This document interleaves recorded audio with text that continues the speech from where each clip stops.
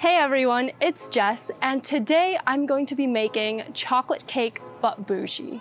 That's right, I am launching a new video series on this channel called But Boujee, where I take classic desserts and I put an elevated twist on them using advanced pastry skills and techniques.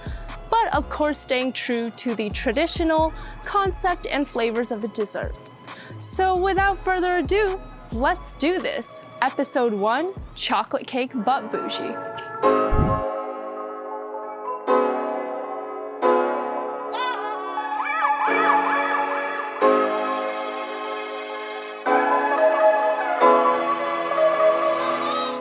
Typically, the classic chocolate cake features layers of rich devil's food cake, typically 2 to 3 layers, alternating with layers of decadent fudge frosting. And while I do love a good slice of good old chocolate cake, I do find it to be a little overly sweet and heavy at the end of the meal.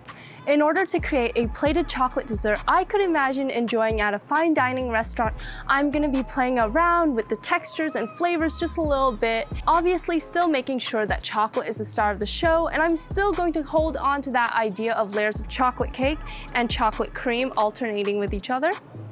So I have a few ideas going about, so let's just get into it. Things are about to get interesting, so let's get baking. So the first component is going to be a flourless chocolate cake. I like the idea of a thin, delicate cake with a heavy chocolate flavor. And my idea was to have multiple thin, distinguishable layers in a chocolate cake, like the classic opera cake. So here I'm just cutting out 4 equal rectangle pieces of it. Next, instead of fudge frosting, I decided to make chocolate mousse as my alternative filling. The chocolate I chose to use was of course not regular chocolate chips, but rather high quality couverture dark chocolate. What I love about using mousse is that the whipped cream in it makes the texture light on the palate while still being very flavorful.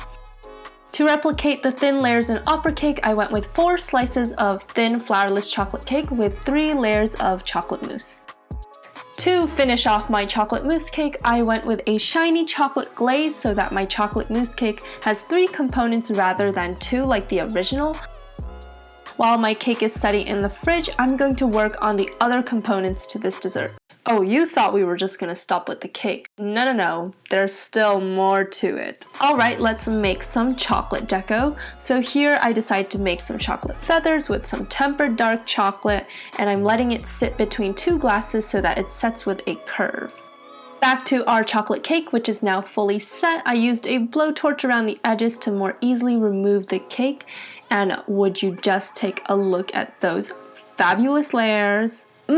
Yes, chef's kiss. When it came to cutting up the cake, I was debating between wanting some squares or wanting rectangles, but I decided to go with the long rectangular shape because I thought it was more sophisticated for the plating design I had in mind. Off camera, I also made some salted chocolate caramel sauce. I just felt like the caramel and the salt would really help to offset and complement those chocolate flavors. As you can see, I'm using tape to help create these clean stripes for plating. I wanted a geometric feel to the concept. On top of the cake here, this is just a quenelle of salted caramel chantilly cream, which I then garnished with those gorgeous chocolate feathers. And of course, last but not least, I did not forget the epitome of bougie desserts. We're gonna throw some gold leaf on it. Yeah, baby.